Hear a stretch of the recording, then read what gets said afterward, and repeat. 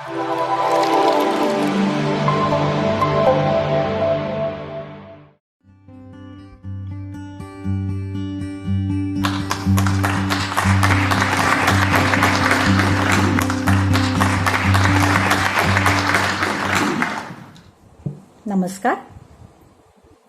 मी रंजन कंधारकर औरंगाबादहून महाराष्ट्र मित्रच्या फेसबुक पेजवर आपल्या सगळ्यांचं मनापासून स्वागत करते. महाराष्ट्र मित्र हा एक व्हॉट्सअप समूह औरंगाबादच्याच प्रशांत गौतम यांनी काही वर्षांपूर्वी सुरू केलेला. अवघ्या महाराष्ट्रातले वेगवेगळ्या क्षेत्रातले अनेक मान्यवर इथे आपल्या कलेची देवाणघेवाण करतात. त्यांच्यात असलेल्या व्यक्तिगत आणि कलेच्या ओढीने आणि त्याचबरोबर प्रशांत गौतम यांच्याकडे असलेल्या समूह चालवायच्या कौशल्याने हा ग्रुप गेली 4 वर्ष बौद्धिक प्रगती करत समृद्ध होत चाललाय. काही काळाने या समृद्धीला समूहाचं प्रांगण कमी पडायला लागलं आणि मग त्यातून महाराष्ट्र मित्रच्या फेसबुक पेजची निर्मिती झाली. इथे पण समूह प्रमुख प्रशांत गौतम यांचा उत्साह, पुढाकार आणि अनेकांनी मनापासून दिलेली त्यांना साथ, या 2 गोष्टीमुळे हे फेसबुक पेज निर्माण झाले. या फेसबुक पेजविषयी बोलताना या पेजची तांत्रिक बाजू सांभाळणारे आमचे ऋतुराज पत्की यांचं नाव जर घेतलं नाही तर चालणारच नाही. अत्यंत महत्वाची बाजू ते अगदी आनंदाने सांभाळतात. आज माझ्याकडून त्यांचं जाहीर कौतुक. कौशल इनामदार यांच्यासारख्या घरोघरी पोचलेल्या मनस्वी संगीतकारांनी या पेजचं उद्घाटन केलं. त्यांच्या पाठोपाठ कवी इंद्रजित भालेराव, कुटुंब रंगले काव्याचे सर्वेसर्वा विसुभाऊ बापट, ललित लेखक गीतकार असलेले प्राध्यापक प्रवीण टवणे, संत साहित्याचे अभ्यासक डॉक्टर सदानंद मोरे, संस्कृत साहित्याच्या अभ्यासक डॉक्टर मंजुषा कुलकर्णी, ज्येष्ठ संपादक प्रवीण बर्दापूरकर, लोककला अकादमीचे प्रमुख डॉक्टर गणेश चंदनशिवे इत्यादी अनेकांनी या पेजवर आपल्याशी संवाद साधलाय. अखंडपणे चालणाऱ्या या उपक्रमात आज आपण भेटणार आहोत प्रसिद्ध अनुवादक उमाताई कुलकर्णी यांना. उमाताईंविषयी जर सर्वांगाने बोलायचं म्हटलं तर तोच मुळात एक तासाभराचा खूप छान कार्यक्रम होईल. पण आज आपल्याला त्यांना जास्त ऐकायचंय. त्यामुळे उमाताईंची अगदी थोडक्यात ओळख मी करून देतेय. अत्यंत अल्प असा परिचय मी आज तुमच्यासमोर ठेवतेय. उमाताईंचा जन्म 1 ऑक्टोबरचा. अगदी मोजक्या 4च दिवसांनी येणाऱ्या त्यांच्या वाढदिवसाच्या निमित्ताने सगळ्यात पहिले आपल्या सगळ्यांकडून त्यांना उदंड शुभेच्छा आणि व्यक्तिगत माझा साष्टांग दंडवत. डॉक्टर उमा विरूपाक्ष कुलकर्णी असं पूर्ण नाव असणाऱ्या उमाताईंनी MA नंतर भारतीय मंदिर शास्त्रातली द्रविड शैलीची उत्क्रांती, विकास आणि तिची कलात्मक वैशिष्ट्ये या एका अनोख्या विषयावर PhD केलेली आहे. त्यांच्या प्रकाशित पुस्तकांनी जवळजवळ 60 गाठली. ज्यामध्ये कानडी भाषेतील साहित्य संपदा मराठी भाषेत अनुवादित करायचं मोलाचं कार्य त्यांनी केलंय. तनामनाच्या भोवऱ्यात, डोंगरा एवढा, वासंती, नागमंडल, काठ, गानयोगी, परिशोध, तंतू, महाश्वेता, अवस्था, सार्थ, माझं नाव भैरप्पा, मंद्र, परीघ ही काही नमोद्यादाखल प्रकाशित पुस्तकांची नावं, तर कशीर आणि गृहभंग ही त्यांच्या आगामी पुस्तकाची नावं. खरं म्हणजे आपल्याला काय सांगायचंय ते आपल्याच भाषेत लिहिणं तसं सोपं असतं, परंतु दुसऱ्या कोणी अन्य भाषेत लिहिलेलं त्यातली उत्कटता कमी होऊ न देता, त्यातल्या भावनेचा तोल जाऊ न देता, एकूणच त्या लेखनातून जे निर्माण होतंय त्याला धक्काही लागू न देता ते जसंच्या तसं आपल्या भाषेत लिहून जनसामान्यांपर्यंत पोहोचवणं अत्यंत जोखमीचं काम आहे. मूळ लेखक आणि अनुवादक या दोघांच्या भावना तिथे असतात. या दोघांचाही कस तिथे मोजला जातो. मात्र वाचकांपर्यंत मूळ लेखकाची भावना जशीच्या तशी पोचवण्याची जबाबदारी ही एकट्या अनुवादकाची असते, जी उमाताईंनी गेली कित्येक वर्षे अगदी सहजतेने पेलली आहे. त्यांच्या प्रकाशित पुस्तकांची संख्या आणि त्या पुस्तकांना वाचकांनी दिलेली पसंतीची पावती या दोन गोष्टी याची साक्ष आहे. शिवराम कारंत, कृष्णमूर्ती पुराणिक, गिरीश कर्नाड, सुधामूर्ती, अनंतमूर्ती, S.L. भैरप्पा इत्यादी अनेक मान्यवर लेखकांचे कानडी भाषेतील साहित्य उमाताईंनी मराठी भाषेत अनुवादित करून मराठी माणसाची वाचनाची भूक भागवली आहे असंच म्हणावं लागेल. या कार्यासाठी त्यांना अनेक पुरस्कारही मिळाले. त्याची ही संख्या कमी नाहीये.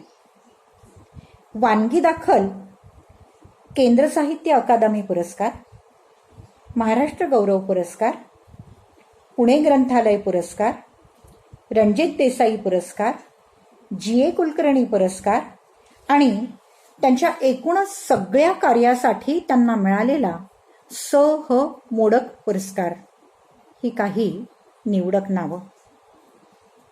मंडळी, प्रकाशित पुस्तकं, वाचकांची पसंती आणि पुरस्कारांचे कौतुकाचे सन्मान या सगळ्या गोष्टींच्या पलीकडे उमाताईंच्या बाबतीत एक मोलाची गोष्ट आहे आणि ती सांगितल्याशिवाय त्यांचा परिचय पूर्ण होणं शक्य नाही.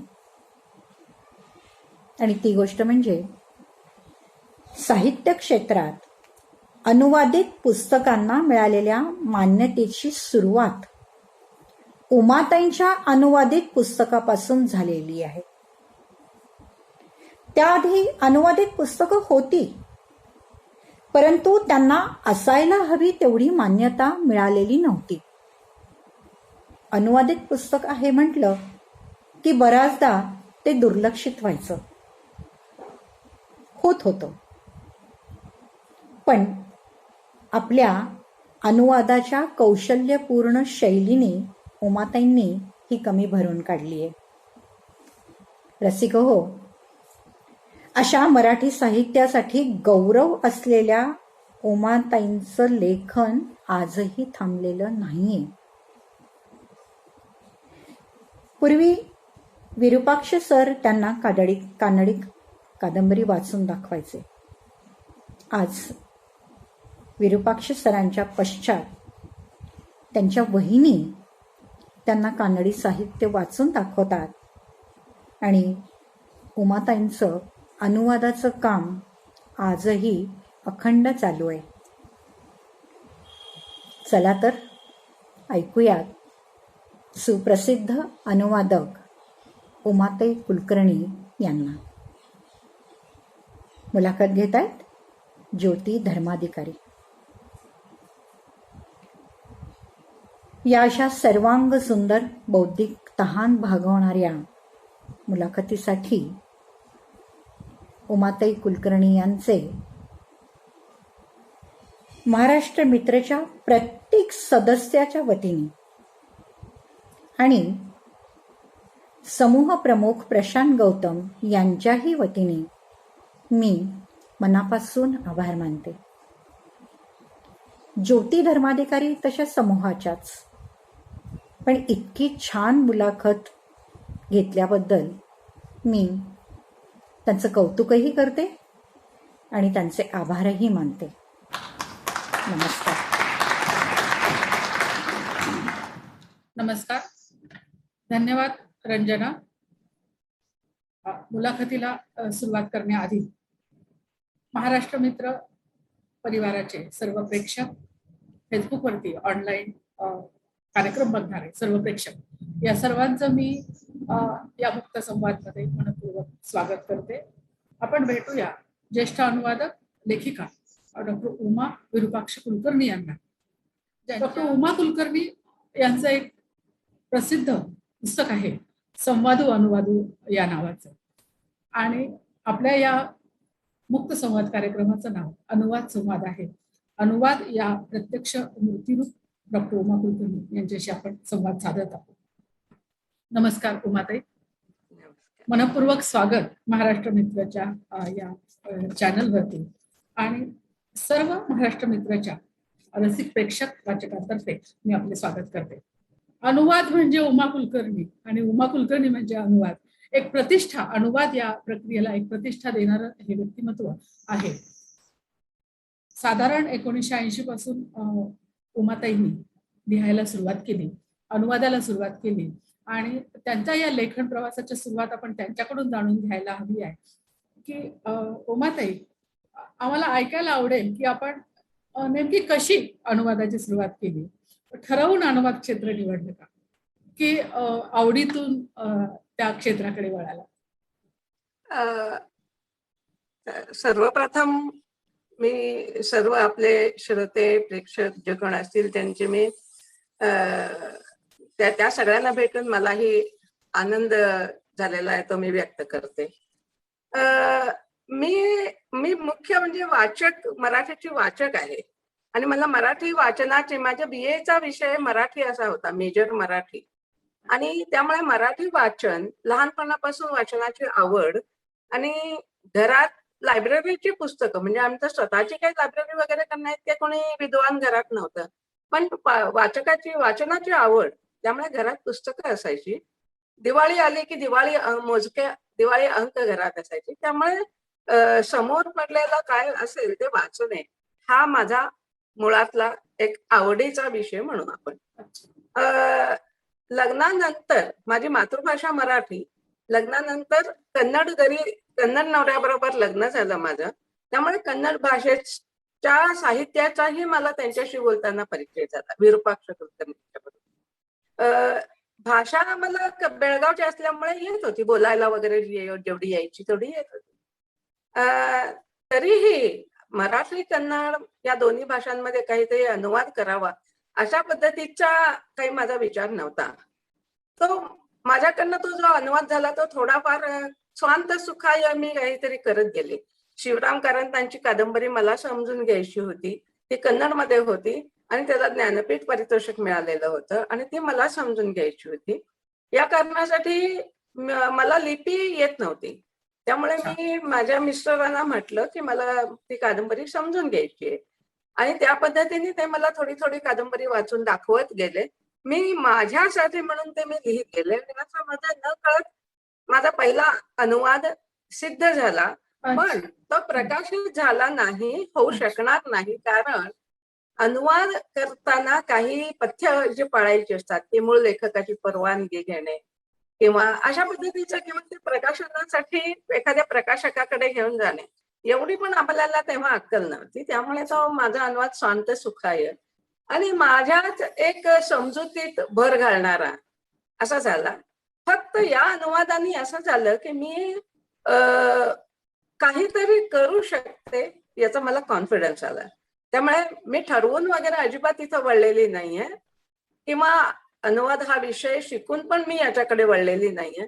मी एक वाचक, इतर सगळे आपल्या ग्रुपमध्ये जसे असतील तशी, नाही आपल्या ग्रुपमध्ये लेखक पण खूप आहेत, पण मी वाचकच जास्त करून आहे आणि त्यातून हळूहळू हे जे काही साहित्यप्रेम आणि कादंबरी प्रेम, कादंबरी या फॉर्मवर माझा जरासा जास्त जीव आहे आणि अशा पद्धतीने माझ्या हातात हळूहळू तो अनुवाद अपघाताने घडला.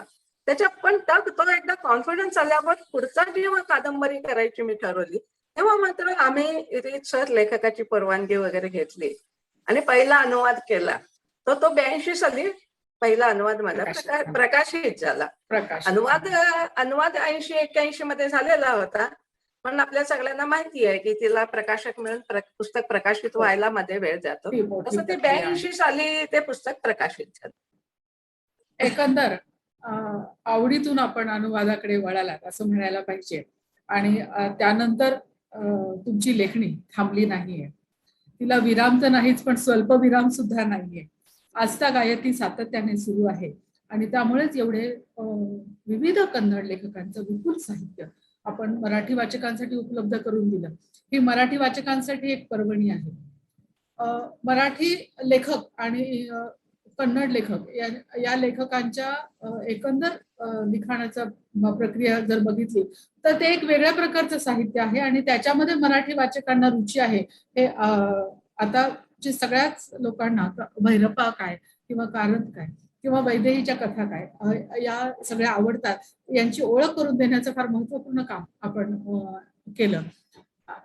आता रंजननी सांगितल्याप्रमाणे आपली अनेक पुस्तकं अनुवादित झालेली आहे आणि अनुवाद करताना लिपी माहीत नसल्यामुळे सरांची मदत तुम्हाला झाली.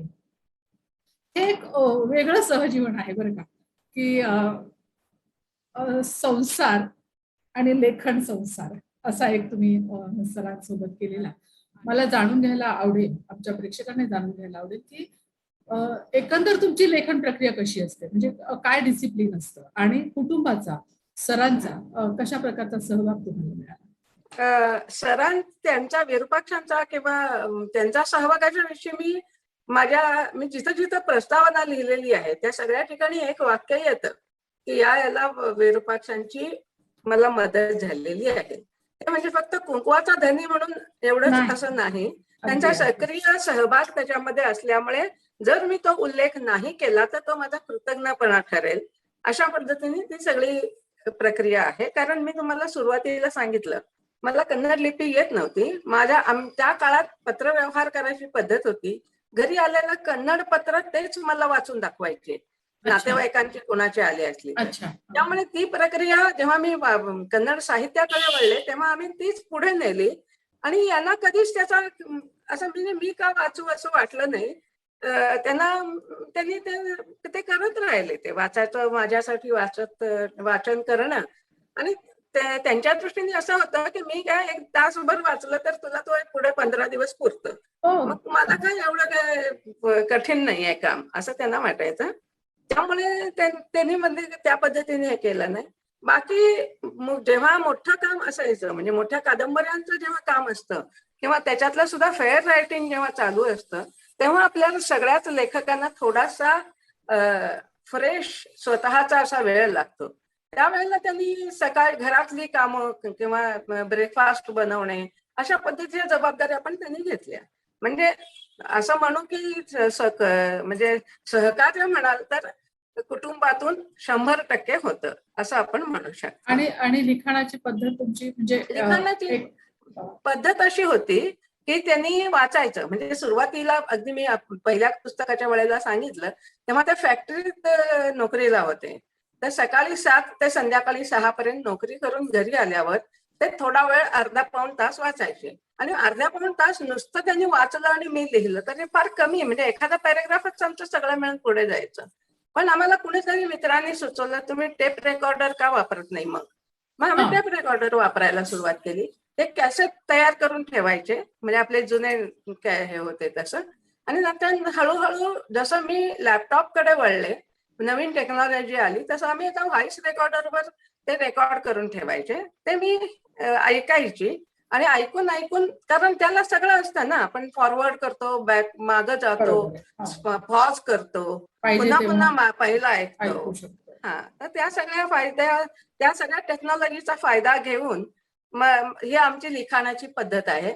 सुरुवातीला खूप पुन्हा पुन्हा लिहावं लागायचं, म्हणजे अनुवाद करताना. म्हणजे एक पहिला जो व्हायचा तो कच्चा ड्राफ्ट तयार व्हायचा आणि त्यानंतर पुन्हा एकदा ते संपूर्ण चांगल्या पद्धतीने आपल्या मराठीमध्ये लिहून काढावं लागायचं. आता टेक्नॉलॉजीचा फायदा असा मिळतो की लॅपटॉपवर तुम्ही एकदा जरी केलं तरी जेव्हा तुम्ही ते दुरुस्त करायला म्हणजे बसता, एडिट करायला बसता, तेव्हा खडाखोड वगैरे करायचा आज प्रश्न नसल्यामुळे ते खूप काम वाचलेलं आहे. त्यामुळे आत्ताची माझी पद्धत म्हणजे व्हॉइस रेकॉर्डरवर ऐकणे आणि लॅपटॉपवर लिहिणे. एक वेगळा प्रकार आहे हा, कारण की ऐकून तुम्ही अनुवाद करत होतात आणि त्यामध्ये आपण सांगितलं की सरांचा न कळता आणि न कंटाळता आणि संपूर्ण सहभाग होता. एकूण साधारण मला माझ्या माहितीप्रमाणे की 53 पुस्तकं आहेत अनुवादित आणि काही पुस्तकं अजून वाटेवर आहेत प्रकाशनाच्या. 6 पुस्तकं तुमची स्वतःची आहेत. आता रंजननी सांगितल्याप्रमाणे रंजन म्हणाले की विपुल असे साहित्य तुमचं फक्त अनुवादितच आहे असं नव्हे, तर तुम्ही स्वतःच पण लिहिलेलं आहे. म्हणजे या अर्थी तुम्ही 2 भाषांचा एक अभ्यास केलेला आहे असं मला वाटतं. कन्नड भाषेमधून मराठी भाषेमध्ये अनुवाद करत असताना मला किंवा अनेक लोकांना हा प्रश्न पडतो की मराठीतलं सुद्धा कन्नडमध्ये काही गेलंय का? कन्नड हा विरुद्ध उलट प्रवास झालेला आहे का? मराठीतून कन्नडमध्ये पण तुम्ही अनुवाद केलाय का? तसा प्रयत्न केलाय का तुम्ही? नाही, मी तुम्हाला माझ्या कन्नड भाषेविषयीची मर्यादा पहिल्यापासून सांगत आलेली आहे. त्यामुळे मी हा अनुवाद करायचा प्रश्न नाही.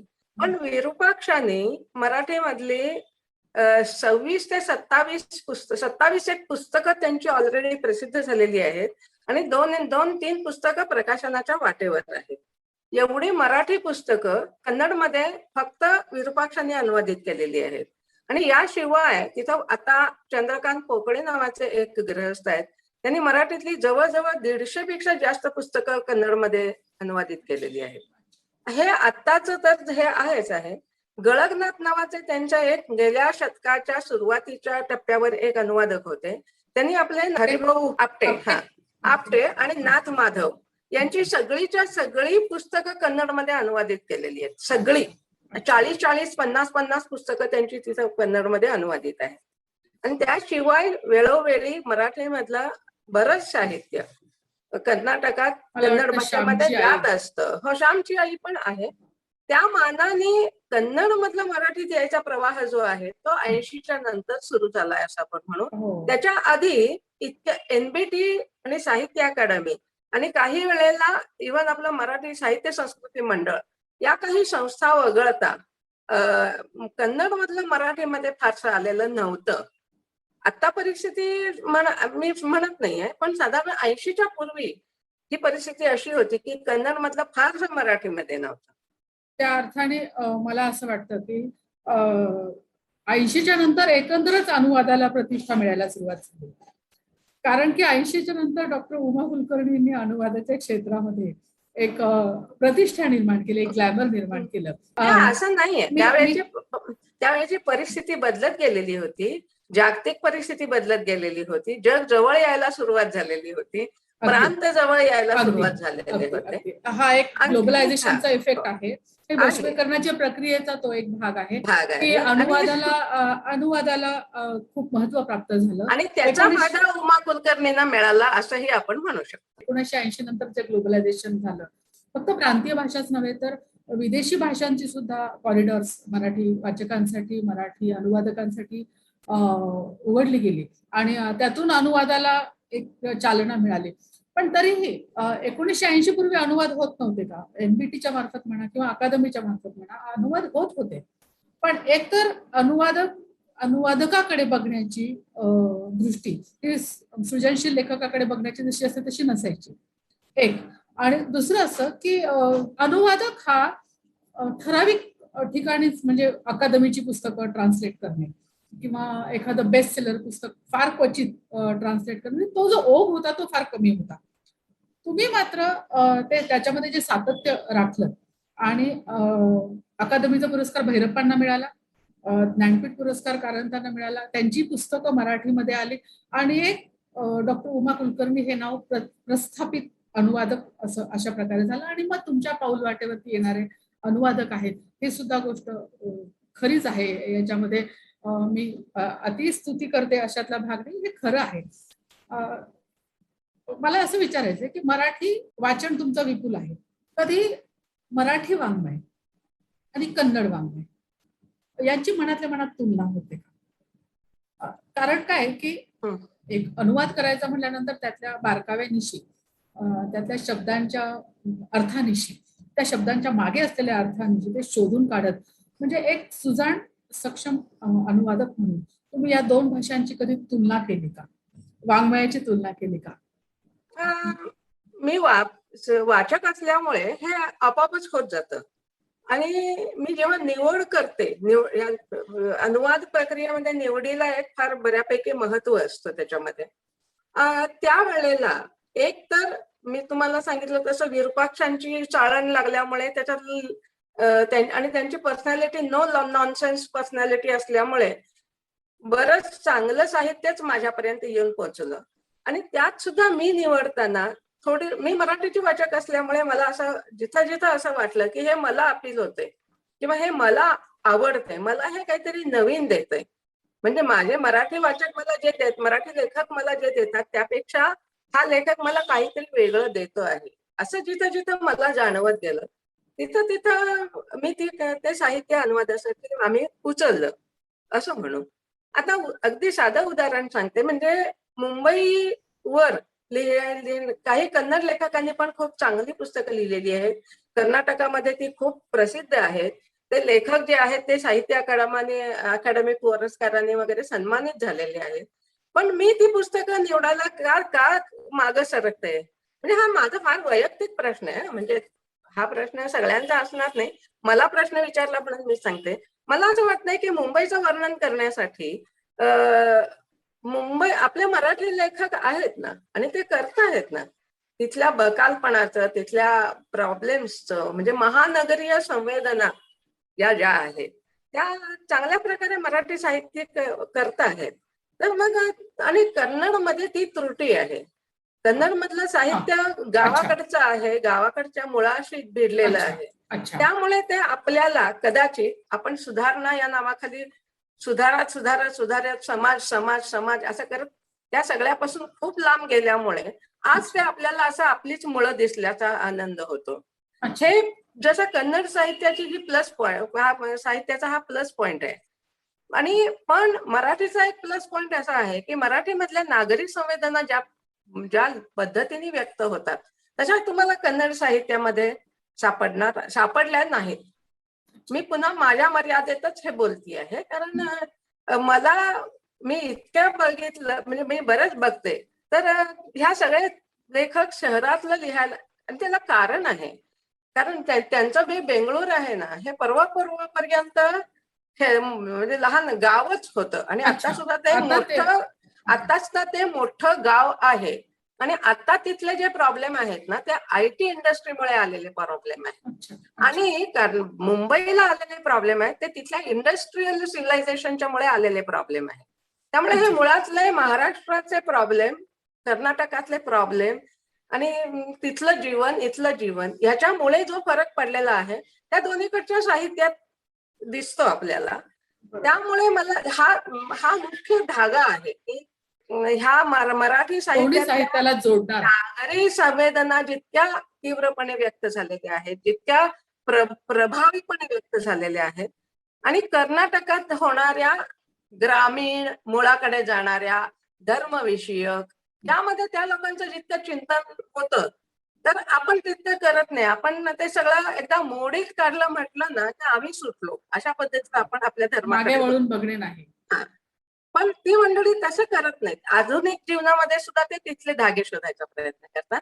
आणि मला या दोन साहित्यामध्ये दिसलेला एक महत्वाचा फरक दिसतोय. बारकाईने आणखीन म्हणजे आता कादंबरी कुणाची पुढे कुणाची मागे, नाटक कुणाचं पुढे कुणाच्या मागे, कविता कुणाची पुढे कुणाच्या मागे, अशा पद्धतीत चर्चा कितीही होऊ शकते. हो. पण स्थूल मनाने महत्वाचा मला दिसलेला फरक हा असा आहे. म्हणजे एकंदर कोणताही अनुवाद कन्नड आपण करता आहात, पण एकंदर कोणताही अनुवाद हा त्या भाषेच्या लोकांच्या संस्कृतीशी जोडणारा असतो. आपल्याला ती संस्कृती समजून घेताना त्या लोकांच्या जीवन प्रेरणा समजून घेता येतात. अनुवादाचा तो एक फायदा वाचकांना होतो की जीवन प्रेरणा कर्नाटकच्या लोकांच्या जीवन प्रेरणा काय आहेत, आपण त्या मानाने कुठे एका समीक्षकाच्या दृष्टीने मी तुमच्या बोलण्याकडे बघते की जेव्हा तुम्ही त्याचं चिंतन म्हणजे हे जे तुम्ही बोलला ते तुम्ही त्या दोन्ही वाङ्मयांचं आपोआप केलेलं चिंतन आहे.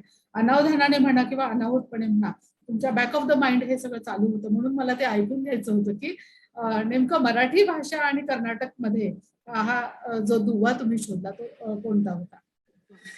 माझा पुढचा प्रश्न फार पेचात टाकणार आहे तुम्हाला, कारण तुम्ही अनेक लेखकांचं अनुवाद केलेला आहे. कर्नाटकी साहित्य हे विपुल आहे.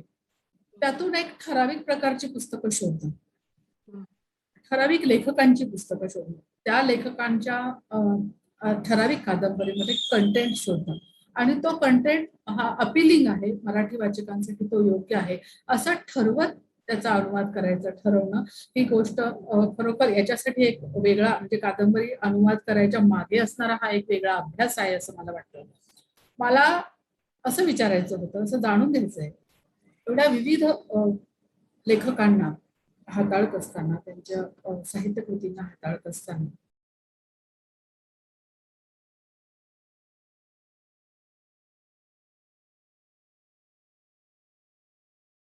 एखादी कादंबरी अनुवादित करण्यासाठी काय शोधता हे तुम्ही आता सांगितलं, पण प्रश्न असा आहे की तुम्हाला या एवढ्या सगळ्या लेखकांच्या मालिकेतून कोणता लेखक जास्त प्रभावी वाटला अनुवादाच्या दृष्टीने? आता तुम्ही जी नावं घेतली ना, हे सगळे प्रभावित करणारे लेखकच आहेत. जास्त प्रभावित लेखक म्हणून प्रभावित करणारेच लेखक आहेत हे सगळे. प्रत्येकाची विचारधारा, विचार करायची पद्धत वेगळी वेगळी आहे. म्हणजे हे लेखक म्हणून वेगवेगळ्या मुशीतले लेखक आहेत. म्हणजे आता आपण असं म्हणू की अनंतमूर्ती साधारण समाजवादी विचारसरणीचे आहे, किंवा शिवराम कारंत पण साधारण समाजवादी म्हणू शकतो आपण, किंवा गिरीश कार्नाड हे थोडेसे मार्क्सिस्ट म्हणावेत इतक्यात त्या टोकाचे आहेत, किंवा भैरप्पा म्हणाल तर ते परंपरा पकडून त्यात सुधारणा करून आपलं आयुष्य बदलून घ्यावं अशा विचारसरणीचे आहेत. मला जे काही साधारण स्थूल मानाने हे लक्षात आलेलं आहे. आणि हे सगळे आपापल्या पद्धतीने प्रभावी आहे. आपापल्या कलाकृतीतून त्यांना जे म्हणायचं आहे ते अगदी प्रभावीपणे मांडतात. आणि मी आहे तिथून प्रत्येक जण आपापल्या पद्धतीने एक पाऊलभर मला पुढे नेतात. आणि फक्त मलाच नाही, माझ्या वाचकांना पण नेतात. त्यामुळे मला ह्या सगळ्यांच्या बरोबर म्हणजे आणि पण दुसरा तुमचा जो प्रश्न आहे, म्हणजे एक असं म्हणू की मी शिवराम कारंत आधी अनुवादित केले, पण त्यावेळेला माझ्यावर शिवराम कारंत या नावाचं प्रचंड दडपण होतं. त्यामुळे मी त्यांच्या कादंबऱ्यांचे अनुवाद करताना मी अशी खूप दडपणाखाली केलेले ते अनुवाद आहेत की एवढ्या मोठ्या माणसाचा एक शब्द जरी आपला इकडचा इकडं झाला तर ब्रह्मांड कोसळेल अशा पद्धतीच्या एका दडपणाखाली मी ते अनुवाद केल्यामुळे साहजिकच ते दडपण लेखनातून पण व्यक्त होतंय. पण मी जेव्हा भैरप्पा अनुवादित करायला लागले आणि आमच्या सुदैवाने आमचा त्यांच्याशी संवाद राहिला, ते आमच्या घरी येतात, अजूनही सुद्धा ते उतरतात आमच्याकडे, त्यांच्याशी गप्पा होतात, त्यांच्याशी फोनवर बोलणं होतं, मी त्यांच्याशी भरपूर चर्चा करू शकते, मला प्रश्न उद्भवले तर मी त्यांना विचारू शकते. त्याचा परिणाम त्यांच्या कादंबऱ्या अनुवादित करताना मी जास्त मोकळी असते. तर त्यामुळे मला अनुवाद करण्यातला आनंद हा जो भाग आहे ना, म्हणजे दडपण घ्यायचं कारण नाही, त्याच्यात मजा आहे, आनंद आहे, त्याच्यामध्ये काहीतरी तुमची क्रिएटिव्हिटी व्यक्त व्हायला स्कोप आहे, हे मला भैरप्पांच्या कादंबऱ्यांमुळे कळालं. आणि त्यामुळे कदाचित त्यांच्या कादंबऱ्या जास्त संख्येने मी अनुवादित केलेल्या आहेत. दुसरं कसं असतं, कितीही मोठा लेखक असला तर त्यांचं सगळंच्या सगळं अनुवादित करायच्या लायकीचं शक्य म्हटलं तर नसतं, थोडासा शक्य राग नसतं. म्हणजे तो शब्द वापरणं योग्य नाही, पण अनुवादित व्हायला पाहिजे असं काही नसतं. बरोबर. पण भैरप्पा हा लेखक असे आहेत की यांचे मेजर कलाकृती अशा चांगल्या लेव्हलच्या आहेत, त्यामुळे त्यांच्या अनुवादित करताना ते जास्त मी प्रमाणात अनुवादित करत गेले आणि त्यामुळे मी जास्तीत जास्त त्याचा आनंद घेऊ शकते. एकंदर आणि मग भैरप्पा त्याच्यातून भैरप्पांच्यामुळे आणखीन पण एक झालं, भैरप्पांच्या बाबतीत कन्नड साहित्याने पण भैरप्पांचा ऋणी राहायला पाहिजे. कारण कन्नड भैरप्पांच्यामुळे झालं काय की मराठी वाचकांना कन्नड लेखकांच्या विषयी एक प्रकारे आत्मीयता निर्माण झाली. त्यामुळे इतर लेखकांचंही लेखन अनुवादित केलं तरी मराठी वाचक फार मोकळेपणाने त्याचा स्वीकार स्वागत करतात. अगदी खरं आहे ते. आताच तुम्ही म्हणालात की वेगवेगळ्या लेखकांची लिहिण्याची पठडी वेगळी वेगळी आहे. त्यांचा लिहिण्याचा बाज वेगळा आहे, त्यांची शैली वेगळी आहे, त्यांची सामाजिकता, त्यांची सांस्कृतिकता आणि एकंदर लेखन शैली ही वेगळी वेगळी आहे. जेव्हा लेखकाला मराठीत आपण आणतो, अनुवादित करतो, तेव्हा लेखकाची शैली अनुवादित होणं आवश्यक आहे.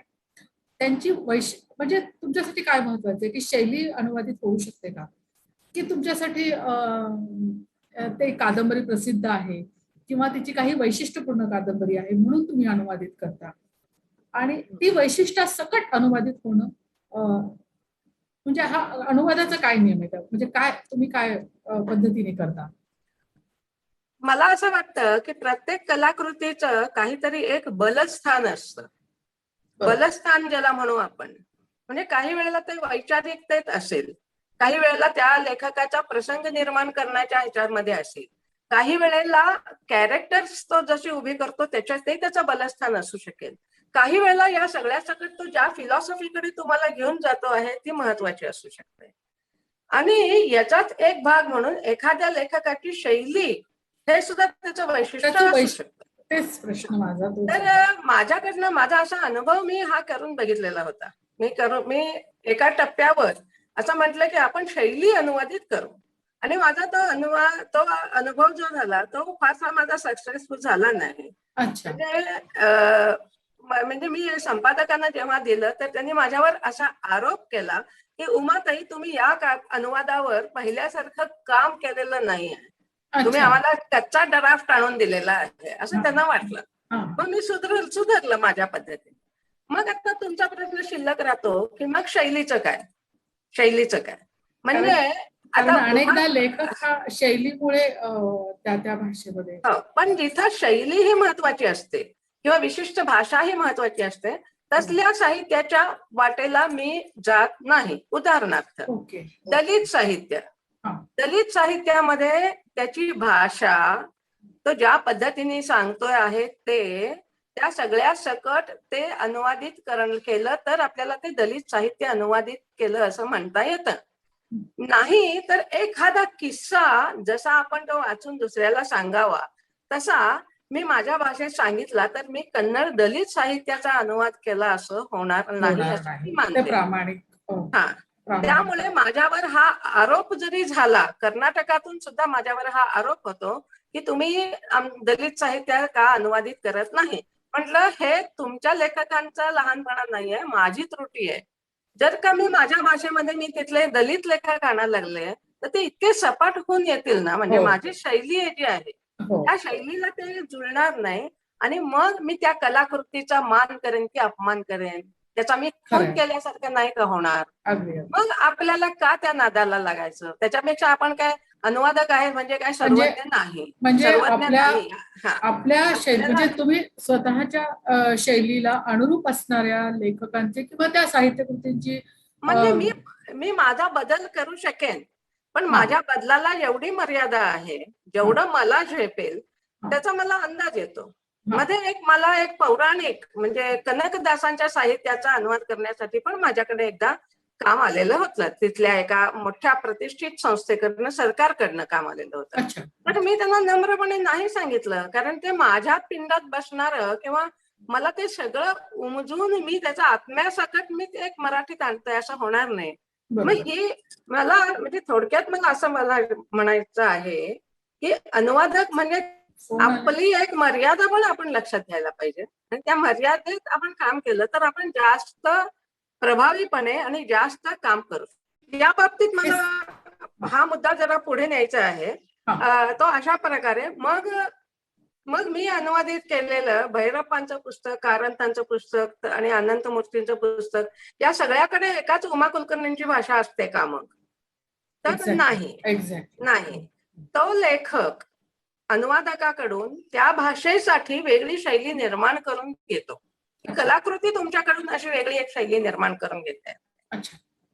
आणि हा एक माझा असा अनुभव आहे. आणि मला काही जण सांगतात सुद्धा ते पुस्तक हातात घेतल्यावर ते सुधा मूर्तींचं आहे की अनंत मूर्तींचं आहे हे आम्हाला समजतं. म्हणजे शैली सुद्धा बदलते असं त्यांचं म्हणणं आहे. अगदी अगदी अगदी अगदी हा अनुभव मी पण घेतलेला आहे की सुधा मूर्तींचं अनुवाद वाचताना आणि भैरप्पांचा अनुवाद वाचताना भाषेचा नक्कीच एक वेगळा प्रकारे तुम्ही दोन्ही ठिकाणी त्या कथानकाला अनुसरून भाषा वापरलेली आहे. एकंदर शैली सकट एखाद्या कलाकृतीच्या साहित्यकृतीच्या वैशिष्ट्यांसकट ती अनुवादित होणं गरजेचं असतं असं तुमचं म्हणणं आहे. आणि इथे एक अनुवाद तंत्राचा नियम सिद्ध होतोय. आणि तुम्ही सुरुवातीला सांगितलं की मी कुठलंही तंत्र न वाचता किंवा त्याचा एक वैशिष्ट्यपूर्ण जाणीवपूर्वक अभ्यास न करता मी अनुवाद केला. पण मला असं विचारायचंय की मग नंतर तरी अनुवाद तंत्राचा अभ्यास म्हणजे एकदा अनुवादाला लागल्यानंतर तुम्हाला वाटलं का की काही ट्रान्सलेशनची नियम बघावीत म्हणून किंवा त्या मार्गाला कधी गेलात का? नाही. एक तर काय आहे की मला वाटतं भाषांतराचे असे काहीतरी नियम ठरू शकतील. म्हणजे जिथं फक्त भाषेचंच अंतर करायचं आहे की इकडची भाषा आहे, मूळ कन्नड भाषा आहे, ते आपल्याला इथं मराठीमध्ये मांडायचं आहे.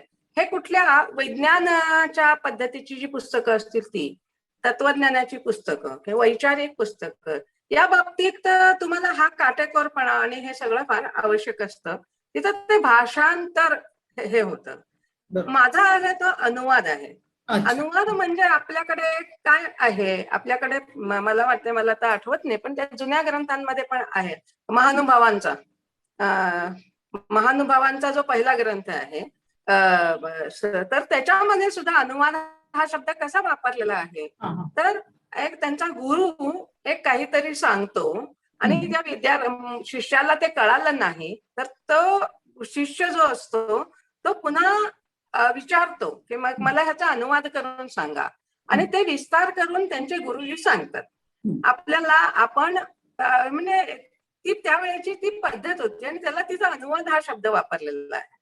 आणि मी अनुवाद करते हे सगळ्या माझ्या ललित कलाकृती आहेत. त्या ललित कलाकृती तिथं ज्या आहेत तिथं एक त्या लेखकाने टायटल पासून शेवटच्या शब्दापर्यंत एक व्यूह रचलेला आहे. तो व्यूह मला इथं माझ्या मराठीमध्ये आणायचा आहे. मी एवढंच माझ्या समोरचं ध्येय ठेवते. शास्त्राच्या बाबतीत जरासं मला भीती वाटते म्हटलं तरी हरकत नाही. मला ते लक्ष भाषा आणि स्त्रोत भाषा वगैरे कळत नाही आणि मी अशा चर्चेत म्हणजे माझं त्याच्याविषयी मी माझं फार वैयक्तिकच मत सांगतेय. म्हणजे मला त्या शास्त्राविषयी इतक्या विद्वानांनी म्हटलेलं आहे त्याच्याविषयी माझं काही म्हणणं नाहीये. फक्त मला मात्र असं वाटतं की ललित कलाकृतीच्या बाबतीत मात्र असं कुठलंही शास्त्र बनू शकत नाही. तिथं जो क्रिएटिव्हिटीचा पण भाग नक्की आहे. त्यामुळे आज 40 वर्ष मी अनुवाद करत असताना आता माझ्या टेबलवर जे माझं काम सुरू आहे ते ही पुस्तक माझ्या समोर अनेक प्रश्न टाकत असतो. त्यामुळे एक नियम बनवला आणि त्यामुळे माझे सगळे पटापटा प्रश्न सुटले असं होत नाही. म्हणजे आणि असं जर कुणी मला विचारलं की शेवटी हे तुमचा अनुवाद हे शास्त्र आहे की कला आहे तर मी म्हणेन की हे नक्कीच कला आहे. ललित साहित्याचा अनुवाद हे तरी कलाच आहे. उमाताई, कोणतेही नियम बनताना ते विविध प्रकारच्या साहित्याच्या बाबतीत बोलायचं झालं तर विविध प्रकारच्या साहित्याचे जनरलाइज्ड फॉर्म्युले म्हणजे तंत्र आहे. अनुवादकांनी तंत्राच्या मार्गाने जायचं नाहीये असं तुमच्या बोलण्याचा थोडासा अर्थ मी घेते. कारण काय, वैचारिक साहित्य असेल ना, वैचारिक साहित्य असेल, एखादा सिद्धांत तुम्हाला त्या भाषेतला इथे आणायचा आहे तिथं तुम्हाला तुमचं डोकं चालवायची गरज नाही. गरज नाही. तुमचं डोकं खरंय. चालवायची, तुमची प्रतिभा वापरायची गरज नाही, खरंय. कारण ते खूप गंभीर काम आहे. खरंय. तिथं हे कदाचित तुम्ही म्हणताय ते शास्त्राचा अभ्यास उपयोगाला येत असेल. बरोबर. माझा उपयोगाला येत नाही हो, डिक्शनरी सुद्धा उपयोगाला येत नाही. काय सांगू तुम्हाला. उमाताई, त्याचे तुमच्या अर्थ सुद्धा अनुवादावरून आम्ही अनुवाद तंत्र तयार करतोय. तुम्ही अनुवाद तंत्र शिकण्याची गरज नाहीये, त्याच्यावरून आम्ही अनुवाद तंत्राचा अभ्यास करतोय. नवीन येणारे अनुवादक तुमच्याकडे एक आयडियल म्हणून बघतात आणि कशा प्रकारे अनुवाद केल्यानंतर तो वाचक, म्हणजे शेवटी कोणतीही कलाकृती आपण अनुवादित करतोय ती ज्या भाषेमध्ये करतोय, जी टार्गेट लँग्वेज, मी आता बोलते तो शब्द, की ज्या टार्गेट लँग्वेजमध्ये तो अनुवाद करायचा आहे, त्या वाचकांना समज त्यांच्या पातळीला येईल, त्यांच्या समजुतीच्या पातळीला येईल, त्या लेवलला तुम्ही जाऊन ते काम करताय. तुम्ही स्वतः अनुवाद तंत्र निर्माण करताय असं मला वाटतं. मला प्रश्न असा अजून एक पडतो की ललित साहित्यांचं तुम्ही केलंय आणि ललित साहित्यांचा अनुवाद हा अतिशय निसरडी वाट आहे. तुम्ही एका शब्दाला एक शब्द वापरला, दुसऱ्या शब्दाला, मला वाटतं तुमच्याच पुस्तकामध्ये काही होळू का काहीतरी एक पक्वान्नाचं नाव आहे की त्या पक्वान्नाचं वेगवेगळा अनुवाद लेखकांच्या नुसार वेगळा अनुवाद तुम्हाला करावा लागेल. तो पदार्थच वेगळा वेगळा आहे. मी कर्नाटकात हे घरी जेवले आणि ती घरी मला काही होळी नावाचं जे वाढण्यात आलं ते तिन्ही वेगवेगळं होतं. त्यामुळे म्हणजे ललित साहित्य सांगायचा माझा उद्देश एवढाच की ललित साहित्याचा जेव्हा तुम्ही अनुवाद करायचा विचार करता किंवा तुम्ही ललित साहित्याचा अनुवाद करता, तेव्हा त्या शब्दांशी चपखल शब्द शोधणं हे तुम्हाला अवघड वाटतं का? हा पहिला प्रश्न. दुसरा प्रश्न असा आहे की म्हणजे त्याला लागूनच तो प्रश्न आहे की जेव्हा तुम्ही शब्दांची झटापट करत असता किंवा शब्द शोधण्यासाठी प्रयत्न करत असता, तेव्हा मग फार मोठी कादंबरी करणं तुम्हाला सोपं वाटतं की छोटीशी कथा करणं? ललित लेखनामध्ये सुद्धा तुम्हाला कोणता प्रकार जास्त आवडतो आणि त्यासाठी शब्द योजना करताना तुम्हाला म्हणजे किती त्रास तुम्हाला करावा लागत असणार?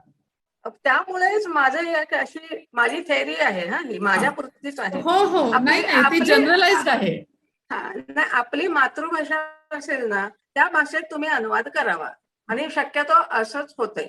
म्हणजे दुसरी भाषा जी असते ना, आता मी कन्नड मधला मराठीमध्ये आणते. मराठी तिथं मला कन्नडसाठी मदत करणारे मी एक तर सरळ विरूपाक्षांची मदत सांगितली. काही वेळेला डिक्शनरी तुम्हाला मदत करते. त्या पलीकडे शब्द नाही, अर्थ नाही कळला तर तुम्ही लेखकाला फोन करता आजकालच्या दिवसात, त्यांच्याकडनं तुम्हाला मदत मिळू शकते. हे सगळं तिकडनं झालं. पण शेवटी मांडायचं जे आहे ते मला माझ्या मराठीमध्ये मांडायचं आहे. त्यामुळे मला असं वाटतंय की माझी मराठी मी जितके अप टू डेट ठेवेन, त्याच्यासाठी माझं मराठीचं वाचन पाहिजे, मराठी माझी जाण पाहिजे. आणि मग काय होतं माहितीये काय, तुम्ही एका शब्दासाठी अडत नाही. तुम्हाला ते पोचवण्यासाठी तुम्हाला तुमची मातृभाषाच आहे ती तुम्हाला लवचिकपणे, ती आपण लवचिकपणे वापरू शकतो. आपण लवचिकपणे वापरू शकतो आणि मग त्या पद्धतीने आपण तो सगळा आशय म्हणजे समजा भैरप्पांनी तो एका वाक्यात सांगितला असेल आणि तो आशय आणण्यासाठी मला मराठीमध्ये 1.5 वाक्य वापरावं लागलं तर मी वापरते ना, 2 वापरावे लागले तरी वापरते. काही वेळेला त्यांच्या 4 वाक्यासाठी मला मराठीतलं 1 वाक्य पुरतं. तर हा जो एक मातृभाषेवरचा आपला जो एक ज्याला काय म्हणू आपण, कमांड म्हणू किंवा त्याच्यावरचं जे काही ती हाताळण्याची आपली जी काही ताकद आहे ती आपण वाढवली ना, म्हणजे या निमित्ताने आपल्या ग्रुपमध्ये अनुवादक असतील तर त्यांना मी हे सांगेन की तुम्ही तुमच्या मराठी भाषेवरची तुमची पकड जी आहे, मराठी भाषेचं तुमचं जे काही आकलन आहे, आकलनाच्या पेक्षाही ती हाताळायचं एक लवचिकपणे हाताळायची ताकद ती वाढवायला पाहिजे आणि ते जास्त महत्वाचं आहे मला असं वाटतं. एकंदर शब्द संग्रह हा मोठा असला पाहिजे दोन्ही भाषांमधला, कारण की ज्या भाषेतून तुम्हाला तो अनुवाद आणायचा आहे त्या भाषेतल्या शब्दांना पण वर्ड्स आर नॉट न्यूट्रल. ते त्यांना अनेक पदर असतात आणि ते पदर त्या ठिकाणी तो अर्थ शोधून, म्हणजे एक शब्द विविध ठिकाणी वापरला तर त्याचे विविध अर्थ निर्माण होतील. तो नेमका अर्थ शोधून तो मराठीत आणणं हे खरंच कठीण काम आहे मला असं वाटतं. आणि त्या कठीण कामासाठी तुम्ही एक मोठा शब्दसंग्रह असावा असं एक सुचवलं आहे. नवीन अनुवादकांसाठी ती एक फार मोठी संदेश आहे असं मला वाटतं. मला एक अनुभव माझा सांगायचा आहे की सयाजीराव गायकवाड महाराज यांच्या जगप्रवासाचा अनुवाद मी करत होते. त्यांचं संपूर्ण साहित्य इंग्रजीमध्ये आहे आणि ते मराठीमध्ये आणायचं आहे. त्याचे 3 खंड केले आणि एका खंडामध्ये सयाजीराव गायकवाडांचं धर्म परिषदेतलं व्याख्यान होतं. आणि त्याचे जे संपादक आहेत बाबा भांड सर, त्यांनी मला सांगितलं की भाषणाचा अनुवाद तुम्ही करू नका, कारण तो आपल्याकडे आहे आणि आम्ही तोच अनुवाद वापरणार आहे, कारण तो आदर्श अनुवाद आहे. तुम्ही ते कष्ट घेऊ नका. मी ठीक आहे म्हणाले. काही दिवस वाट बघितली की तो अनुवाद माझ्याकडे येईल आणि तो आला नाही. तेवढा भाग सोडून पुढे जाणंही मला योग्य वाटलं नाही. म्हटलं माझ्या पद्धतीने जसा आहे तसा मी अनुवाद करते. वाटलंच तर सर तो डिलीट करतील आणि तिथे नवीन इंट्रोड्यूस करतील. असं करून मी तो अनुवाद घेतला आणि अनुवाद पाठवला संपादकांकडे. संपादकांनी तो वाचल्यानंतर माझा अनुवाद जसाच्या तसा वापरला त्याच्यामध्ये. त्यांनी मला तसं कळवलं की आम्ही तुमचा अनुवाद वापरत आहोत, जुना अनुवाद घेत नाही आहोत. असं कळवल्यानंतर तरीही माझ्या मनात तो प्रश्न की मग आधीचा जो आदर्श अनुवाद होता तो काय होता आणि तो मला वाचायला पाहिजे. मी तो मिळवला. काही दिवसांनी मी तो वाचला आणि माझ्या असं लक्षात आलं की ती एक संस्कृत प्रचूर मराठी भाषा होती. धर्म परिषदेतलं सयाजीरावांचं भाषण हे अतिशय तात्विक तत्वज्ञानयुक्त असं होतं आणि त्याला अनुरूप अशी संस्कृत भाषा त्या अनुवादामध्ये होती. मी जो अनुवाद केला होता तो बोली भाषेमध्ये आपल्या सगळ्या वाचकांना समजेल असा अनुवाद केला होता आणि तो विशेष म्हणजे संपादकांना खूप आवडला होता. एक अनुभव म्हणून शेअर करते आहे तुमच्यासोबत. लेखक, सृजनात्मक लेखक हा स्वतःच्या कल्पना मांडत असतो. अनुवादक हा अनेकदा त्या कल्पनांचा आंतराविष्कार करत असतो. एक सृजन आविष्कार आणि एक आंतराविष्कार असे 2 आविष्कार म्हणूयात आपण की या दोन्ही आविष्कारांना तुम्ही स्पर्श केलेला आहे. तुम्ही मराठीमध्ये पण लिहिलेलं आहे. तुम्ही अनुवादक तर आहातच, त्यात काही प्रश्नच नाही. या दोन्हीमध्ये जर का आपण विचार केला तर मला असं वाटतं की अनुवाद या गोष्टीकडे एक शास्त्र म्हणून तुम्ही आपोआपच तुमच्या बोलण्यातून जे ते एक तत्व त्याच्यामधून तयार झालं असं मला वाटतं की त्यातून ते एक तत्व उभं राहतं की अनुवाद करताना तुम्हाला भावानुवादाकडे बघायला पाहिजे, तुम्हाला आशयाकडे बघायला पाहिजे. एखादी गोष्ट त्यासाठी सोडून देत पुढे जायचं असेल तर ते तुम्हाला करता आलं पाहिजे. एक अनुवादक म्हणून प्रस्थापित होताना या गोष्टी खूप महत्वाच्या ठरतात असं मला वाटतं. त्या तुम्ही तुमच्या लेखनातून सिद्ध केलेल्या आहे आणि त्या आमच्यासारख्यांसाठी मार्गदर्शक ठरत असतात. आता नुकताच आपण साहित्य अकादमीचे पुरस्कार विजेत्यांची यादी बघितली आहे आणि विशेष म्हणजे महाराष्ट्र मित्र समूहाच्या सन्माननीय सदस्या डॉक्टर मंजुषा कुलकर्णी यांचं पण त्यामध्ये समावेश आहे. संध्या नवांगुळ आहेत, त्यानंतर जयश्री शानबाग आहेत की त्यांना साहित्य अकादमीचे अनुवादाचे पुरस्कार मिळाले. मंजुषाताईंनी प्रकाश आमटेंचा प्रकाश वाटा संस्कृतमध्ये केलं आणि आपण सगळ्यांनी त्यांचं स्वागत केलं, सत्कार केला. त्यांचं विविध वर्तमानपत्रांमध्ये माध्यमांमधून फार मोठा स्वागत, सत्कार आणि अभिनंदन होत आहे. त्यांच्या पुरस्कारात या सगळ्याच लेखकांच्या पुरस्कारांचं पहिला अनुवादकाचा पुरस्कार साहित्य अकादमीने 1990 मध्ये सुरू केला आणि तो पहिला पुरस्कार मला आठवतं की आपल्याला मिळाला आणि या पुरस्काराने आपल्याला खूप प्रसिद्धी दिली असणार आहे. बरोबर? प्रसिद्धी म्हणताय तुम्ही? अहो ती बातमी कुठे छापून सुद्धा आली नव्हती. काय असतंय, पहिले लोक जे असतात ना त्यांच्या बाबतीत काय होतंय तेव्हा कदाचित अनुवाद या प्रक्रियेकडे सर्वप्रथम या सर्व पुरस्कार ज्यांना मिळालेला आहे, सोनाली आणि या कुलकर्णी मॅडम आणि शानबाग, या सगळ्यांच्या मी फार मनापासून अभिनंदन करते. हा, आणि माझी पंचायत कशी त्यावेळेला असं होतं की तेव्हा हा अनुवाद आहे, दिला जातोय हेच कुणाला माहित नव्हतं. त्यामुळे ही बातमी दिल्लीच्या रेडिओ दूरदर्शनवरनं सांगितली असेल, कारण ती आम्ही ऐकली नाही. त्याच्यानंतर ती बातमी कुठे आलीच नाही. शेवटी आमच्या प्रकाशकांनी वाचकांच्या पत्रव्यवहार मध्ये ही बातमी देऊन सांगितलं की हो हा पण महत्वाचा पुरस्कार आहे, आपण याची नोंद घ्यायला पाहिजे वगैरे. त्यामुळे मला एक गमतीने एक माझी आठवण त्यावेळेची मी सांगते. मलाही तो पुरस्कार मिळाला म्हणजे काय झालं हे कळलं नव्हतं तेव्हा. म्हणून मी आपले एक पेढ्याचा बॉक्स घेतला आणि तेव्हा आमचा पु ल देशपांडेंशी जरा छान संबंध होते, वेगवेगळी कामं चालू होती आमची, त्यामुळे सहवास होता. मी त्यांच्या घरी गेले आणि सांगितलं मला साहित्य अकादमीचा पुरस्कार मिळालाय म्हणून हे पेढे आणलेत. त्या दोघांच्या चेहऱ्यावर इतका अविश्वास स्पष्टपणे दिसला की मलाच लाज वाटली, अरे आपण काहीतरी चुकलं की काय. त्यामुळे तो काळ म्हणजे 90 आणि 1990. आजचा काळ जो आहे हा काळ, या काळामध्ये आपण या निमित्ताने आणखीन एक गोष्ट बघतोय की अनुवादाकडे बघायचा दृष्टिकोन बदलत गेलेला आहे. बदललेला आहे. आणि मगाशी आपण एका गोष्टीविषयी जे बोललो, अनुवाद प्रक्रियेकडे पण पूर्वी इतकं बघितलं जात नव्हतं. अगदी सुरुवातीला तुमच्या एका प्रश्नाला उत्तर देताना आपण म्हटलेलं होतं एनबीटी आणि साहित्य अकादमीचे अनुवाद, ते अनुवाद जास्त करून आधी हिंदी इंग्लिश मध्ये करून घेऊन त्याच्यावरनं मराठीमध्ये केले जायचे. साहजिकच 2दा अनुवाद झाल्यावर त्याचा जेवढी जीव जायचा तेवढा त्या कलाकृतीवर गेलेला असायचा, त्यामुळे त्या कलाकृती पण उचलल्या गेल्या नाहीत आणि ते उचलल्या जाऊ नयेत याची काळजी या दोन्ही संस्थांनी पण पुरेपूर घेतली असंही म्हणू शकतो आपण त्याला. बरोबर. पण आता जे काळ बदलत चाललेला आहे त्याच्यामुळे अनुवादाकडे बघायचा वाचकाचा दृष्टिकोन जसा बदलता आहे, तर अनुवाद करणाऱ्यांची पण एक मॅच्युरिटी सुरू झालेली आहे. पूर्वी एका माझ्या बरोबर म्हणजे माझ्या नंतर एकाला असा हा पुरस्कार मिळाला तर त्यांना सारखं दुःख वाटायचं. सत्कार ते माझ्या बरोबरीने दोन्हीकडे घ्यायचे, पण त्यांच्या मनात सतत खंत असायची माझं ओरिजिनल लेखन आहे त्याला ते मिळायला पाहिजे. म्हणजे ते स्वतः सुद्धा अनुवाद प्रक्रियेकडे अशा पद्धतीने बघत होते, अनुवादक स्वतः सुद्धा. तर मग बाकीचे लोक बघतीलच ना, म्हणजे तुम्हीच तुमच्या कलाकृतीकडे मान नाही दिला तर कोण देणार. तर ह्या सर्व प्रक्रियेतून आपण एक बघतोय की अनुवाद या प्रक्रियेकडे बघायचा दृष्टिकोन जसा अनुवादकाचा बदलला तसा वाचकाचा बदलला, असं या दोन्ही गोष्टीकडे आपण बघतोय. बरोबर आहे. मी मुद्दामच हा प्रश्न छेडला कारण की आपण आपली संभाषणाची सुरुवातच तिथून झाली होती की अनुवादकाकडे बघण्याचा दृष्टिकोन डॉक्टर उमा कुलकर्णी नंतर बदललेला आहे.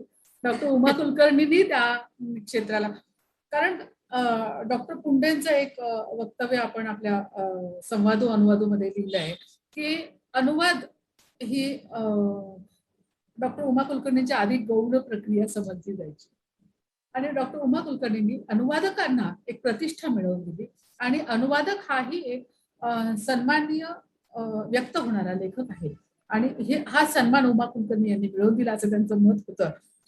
जरी त्यावेळी तो अवेअरनेस नव्हता, अनुवादकांच्या संदर्भामधला तो अवेअरनेस नव्हता, तरी आता आपण पाहतोय की अनेक अनुवादक गांभीर्याने अनुवाद करतायत आणि ते चांगल्या अर्थाने चांगल्या कलाकृतींचं, काही इंग्रजी कलाकृती आहेत, काही प्रांतीय भाषेतल्या कलाकृती आहेत, त्या प्रांतामधली त्या देशांमधली माती, संस्कृती आणि लोक समजून घेण्यासाठी अनुवादाचं खूप महत्व आहे.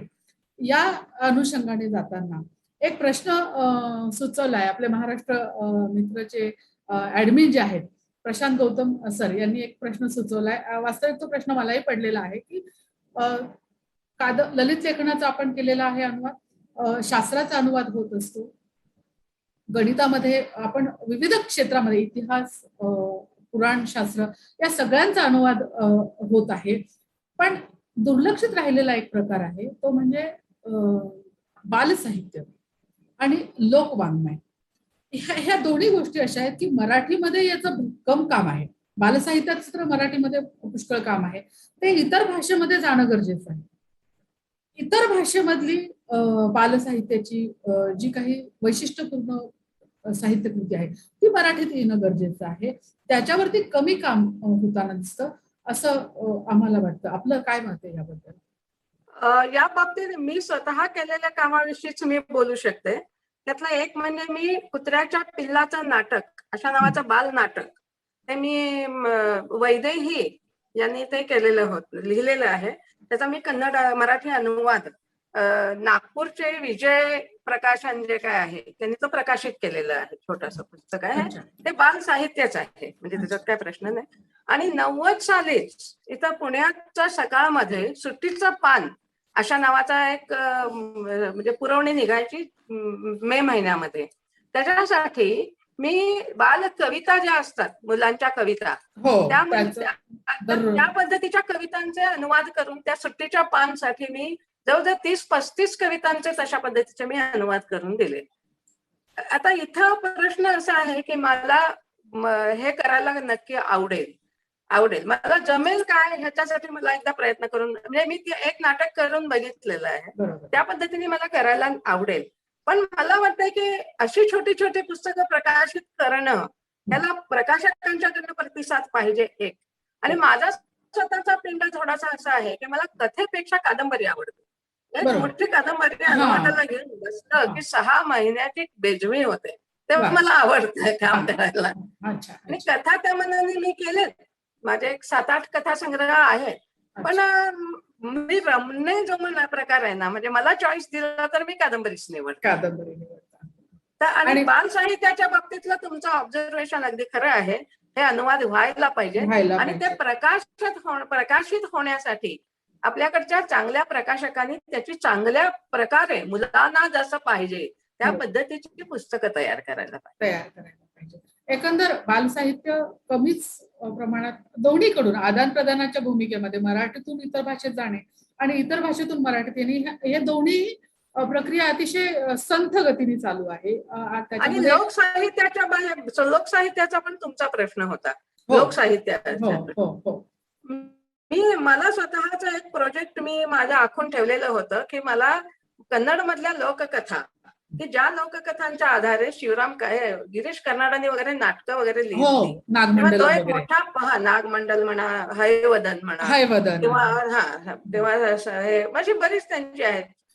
चंद्रशेखर कंबाराने श्री चाफा नावाचं एक लिहिलं. हो आणि अशी बरीच अशा म्हणजे लोककथा चंद्रशेखर कंबारांचं तर अख्खी आता माझं पुढच्या प्रोजेक्ट जे आहे तर त्याच्यामध्ये शिखर सूर्य नावाचं पुस्तक आहे. पूर्ण हे लोक साहित्याच्या अंगाने जाणारं त्यांचं साहित्य आहे.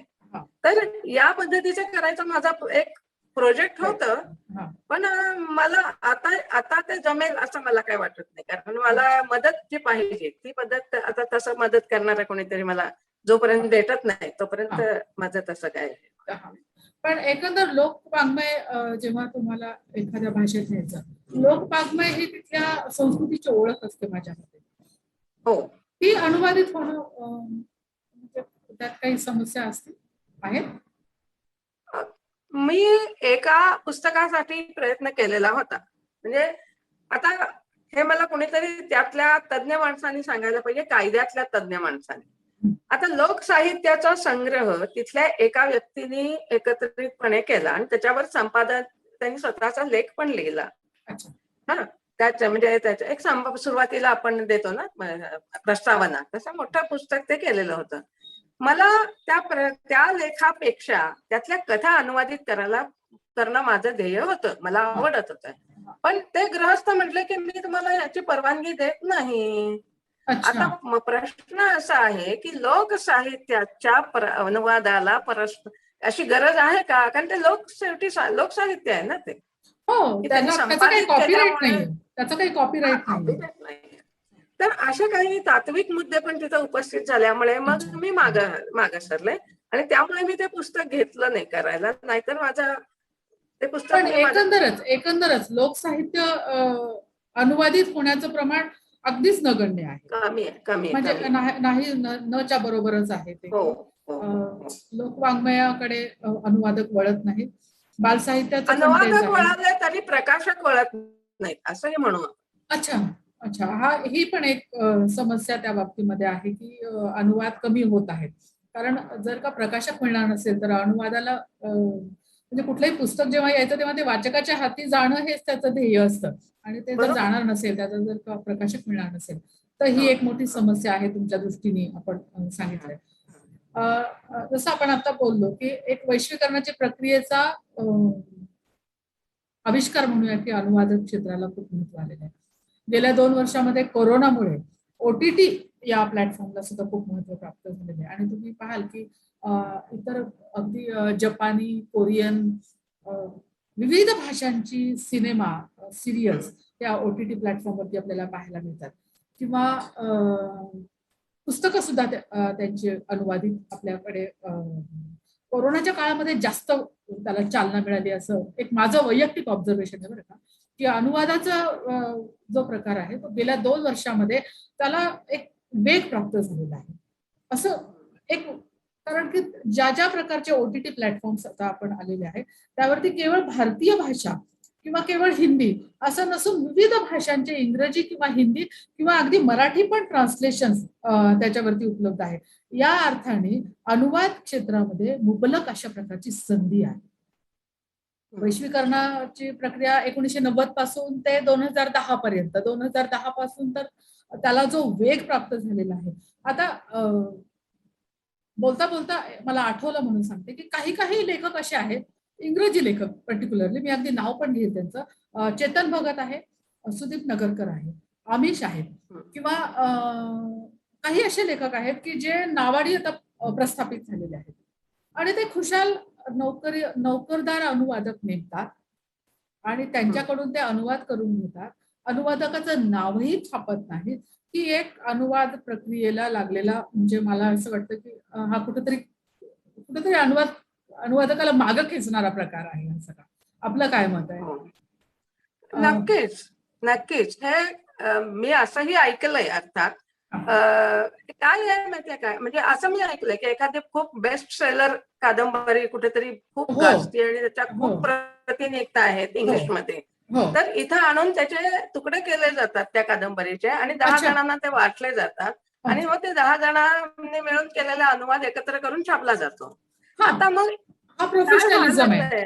म्हणजे याचा अर्थ आपण असा पण घ्यायला पाहिजे की एखाद्या गोष्टीला फार ऊर्जित अवस्था मिळायला लागली की त्याच्यामध्ये काही अशा गोष्टी शिरायला लागलेल्या आहेत, काही बॅड प्रॅक्टिसेस त्याच्यामध्ये यायला लागल्या.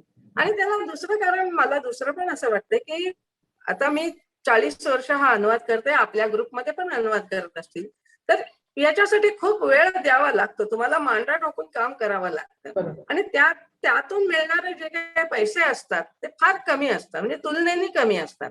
तर म्हणजे जितके तास त्याच्यासाठी दिलेले असतात त्या तुलनेने कमी असतात.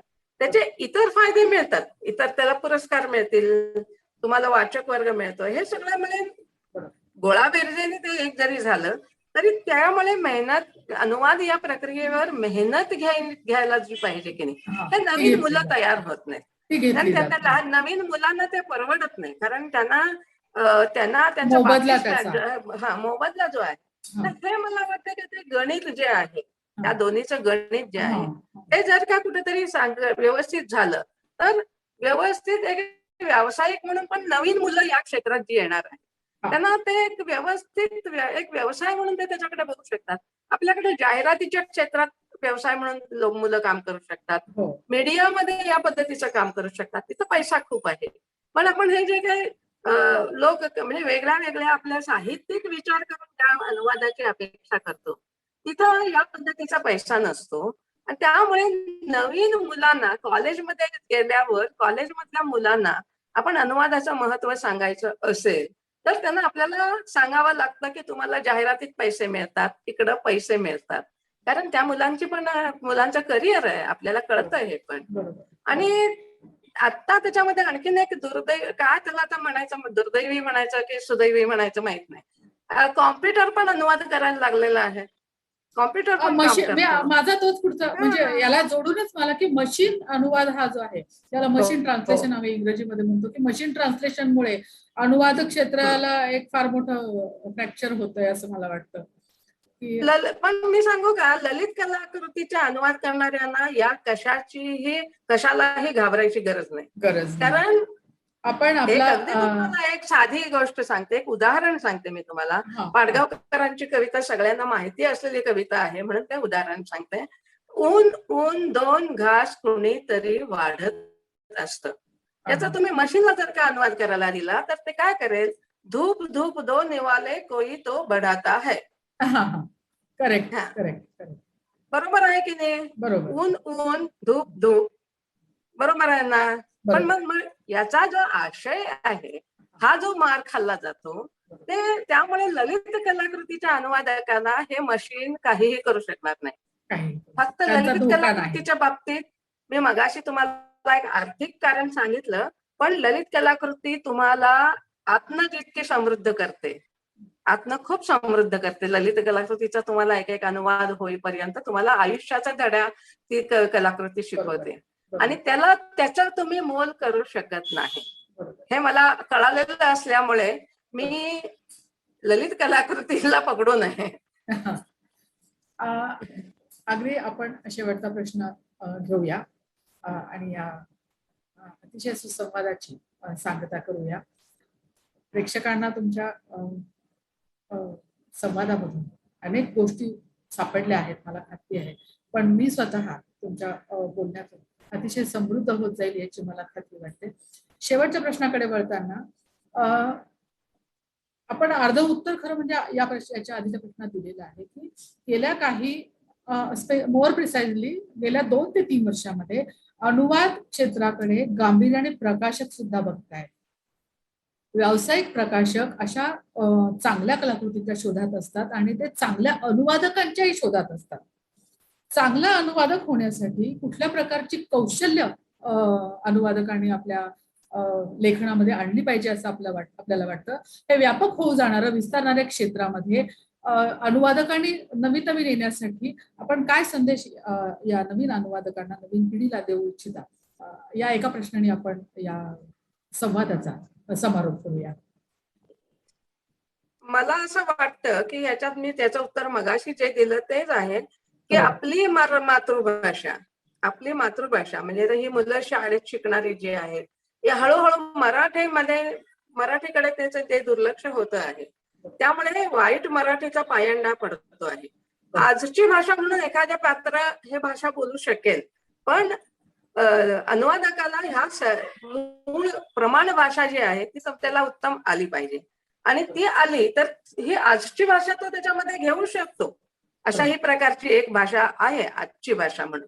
पण त्याला तुम्हाला जिथं जी विविध लेव्हलची कॅरेक्टर्स उभी करायची असतात अनुवादात सुद्धा, त्या सगळ्याला तुम्हाला एकच भाषा चालत नाही.